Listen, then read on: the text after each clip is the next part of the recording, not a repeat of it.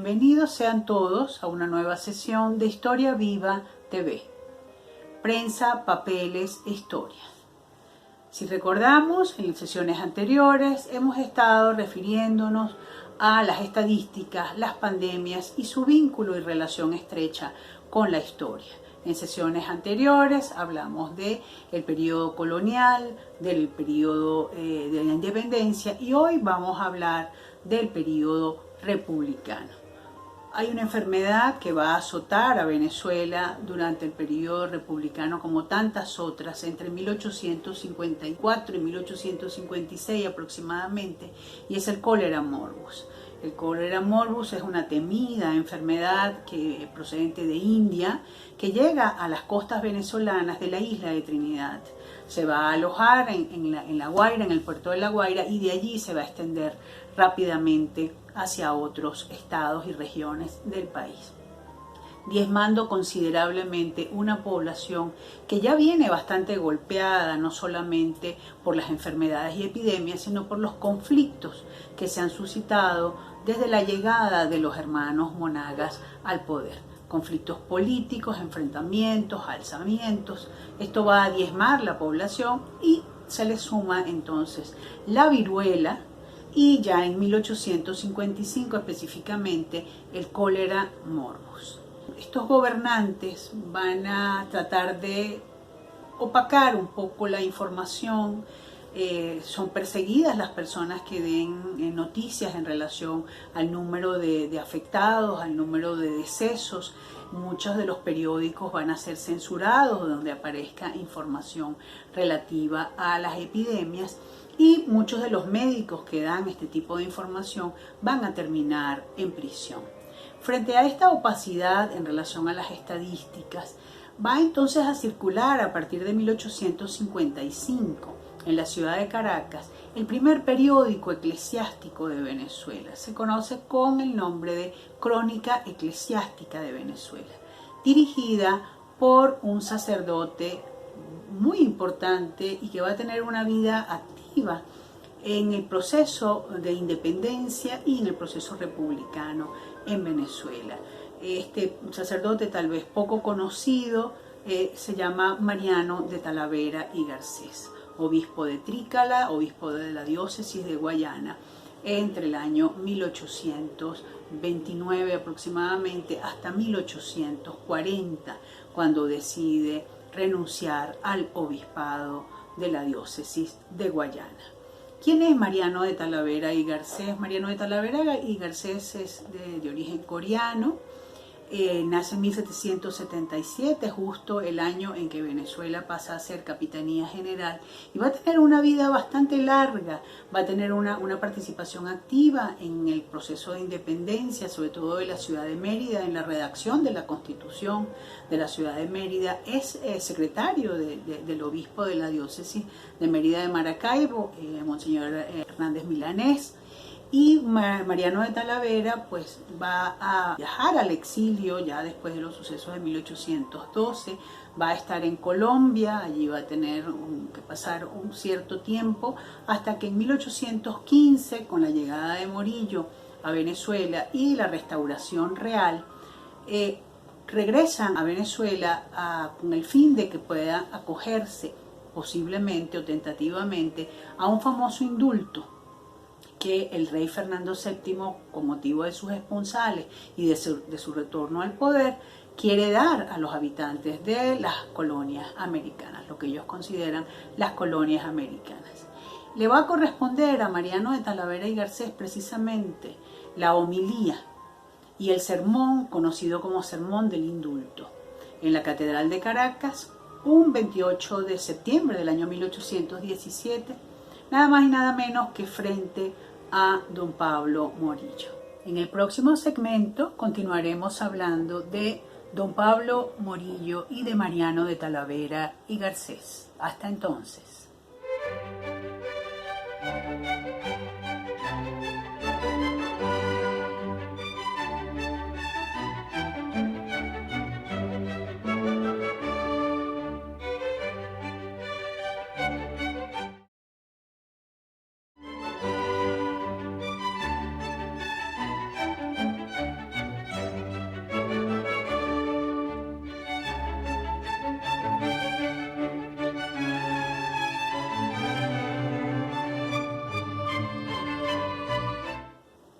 segmento anterior estábamos conversando sobre don Pablo Morillo, el mariscal de campo que llega en 1815 a Venezuela por la restauración real y con el objetivo de retomar el proceso de reconquistar las colonias que estaban alzadas, que se habían levantado desde 1812 o antes.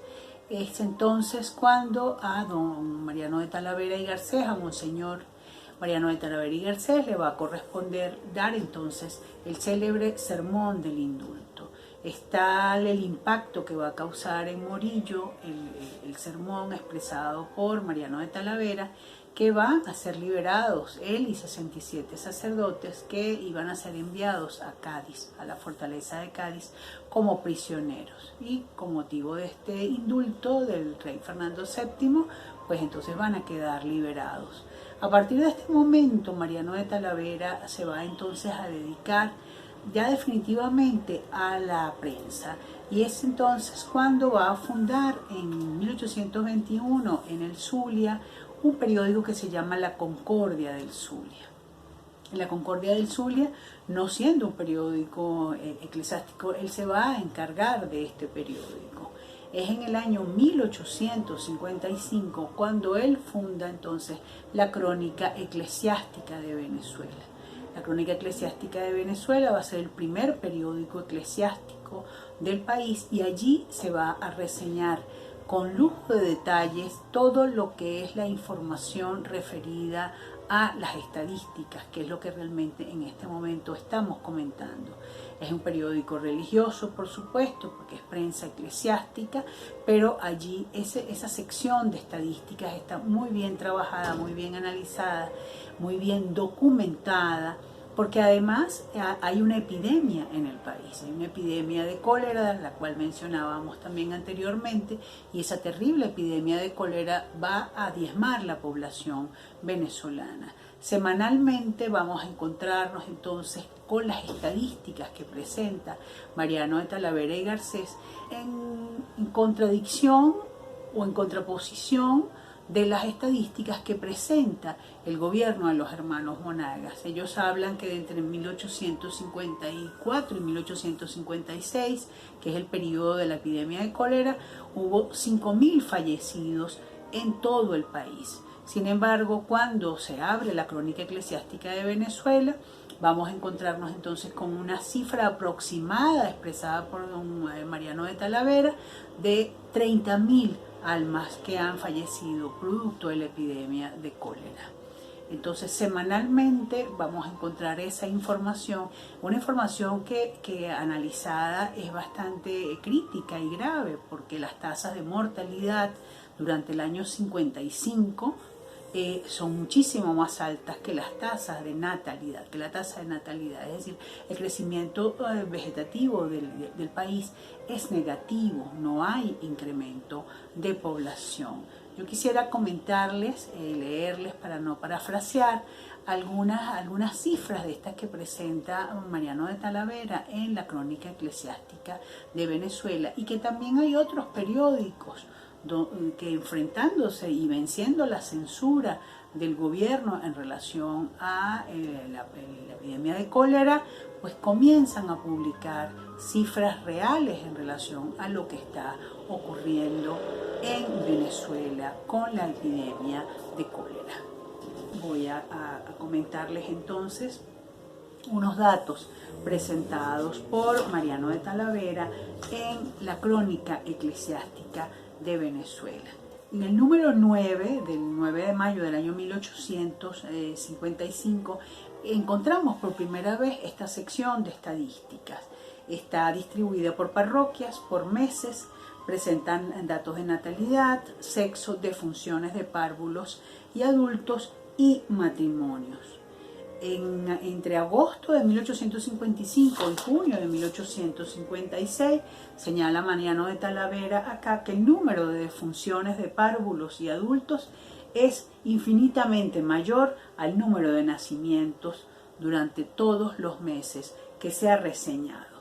Es decir, él hace una crítica importante en relación a la prevención del cólera, en relación a cuáles deben ser las medidas que el Estado y los gobiernos de turno deben tomar para evitar que esta epidemia coja cuerpo, ¿no? Ya realmente es inevitable y la epidemia se va a propagar y ya se ha propagado por toda Venezuela. Quizás uno de los estados emblemáticos y que también lo señala Mariano de Talavera en la Crónica Eclesiástica de Venezuela es el estado Lara.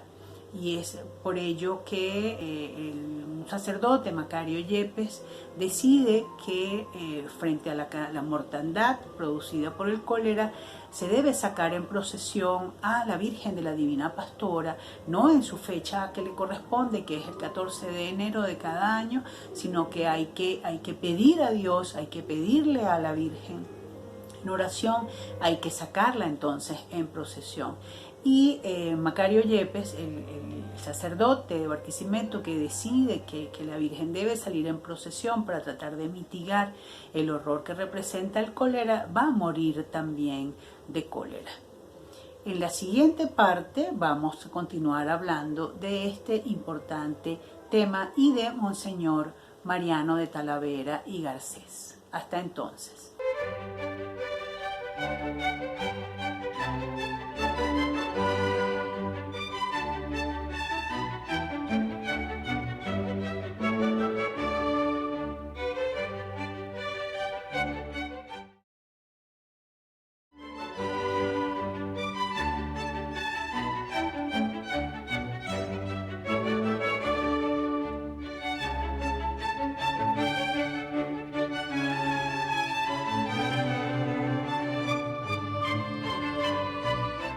En el segmento anterior estábamos conversando sobre Mariano de Talavera y Garcés, sobre la prensa eclesiástica de Venezuela, sobre las estadísticas en relación al cólera y también habíamos señalado que algunos periódicos, burlando la fuerte censura del gobierno, pues también van a reseñar algunas estadísticas y algunos datos relativos a el cólera y sus estragos dentro de la población venezolana. Es el caso del Diario de Avisos de Mariano de Briceño, donde abiertamente reta al gobierno de turno y les presenta en su periódico estadísticas que difieren total y absolutamente de las estadísticas presentadas por el gobierno. Es el caso de un número de diciembre del año 1854, donde señala que solo en la isla de Margarita fallecieron entre septiembre y octubre de ese año 1.509 personas, mientras que la cifra oficial era de 1.725 personas, pero en todo el país. En diciembre de 1855, Briceño muestra la cifra de 4.030 fallecidos en lo que hoy es el estado Aragua, 1.500 en Valencia y más de 1.000 en Barquisimeto. Esta información la recogía Mariano de Briceño en los hospitales, directamente hablando con los médicos, corriendo incluso el riesgo de que su periódico saliera de circulación y que muchos de estos médicos y enfermeras que atendían a los pacientes también fuesen llevados a prisión. En el caso de la Crónica Eclesiástica de Venezuela no solo aparecen las estadísticas, sino que también mencionamos que hay una denuncia permanente. Mariano de Talavera habla del número excesivo de muertes, de que no hay cementerios suficientes para poder darles cristiana sepultura a estas víctimas, y además hay pastorales del arzobispo de Caracas, Silvestre Guevara y Lira, que era el arzobispo en ese momento, exhortando al Estado y a la población a cuidarse en relación a este flagelo como es el cólera morbus. Hay otros periódicos que quizás aprovechándose de la situación no solo hacen referencia a la mortandad. Es un periódico de La Guaira donde un recaudador de rentas le envía un aviso a sus clientes y les dice, bueno, que pongan sus cuentas al día, que arreglen sus papeles, porque bueno, el cólera está matando a todo el mundo, que en la mañana había hablado con unos amigos y en la tarde ya le habían dicho que esos amigos estaban muertos. En fin, vamos a encontrar de todo en esa prensa, no solo estadísticas que nos van a revelar y que nos van a dar información sobre lo que está ocurriendo en el país realmente, sino el que aprovecha también la situación para crear miedo y decirle a las personas, pues arreglen sus testamentos, arreglen sus cuentas, porque no saben en qué momento pueden realmente desaparecer físicamente.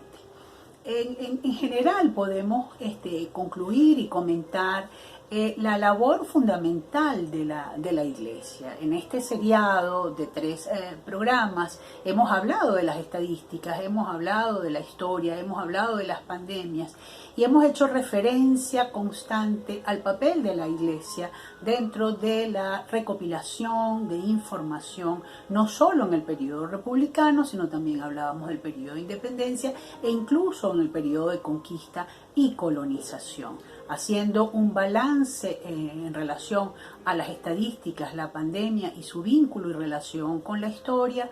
Los anales eclesiásticos, esos registros representan para la historia en general un insumo de información medianamente confiable, porque sabemos que las estadísticas, precisamente son estadísticas, tienen un margen de error, pero que nos ayudan a reconstruir un periodo no solo desde el punto de vista sanitario como tal, sino desde el punto de vista de lo que es realmente la historia de Venezuela en ese periodo, el comportamiento de los gobiernos de turno, que no difiere en mucho de otros que también hemos observado en relación a opacar e invisibilizar lo que es una fuente de información fundamental para cualquier país, que son precisamente las estadísticas.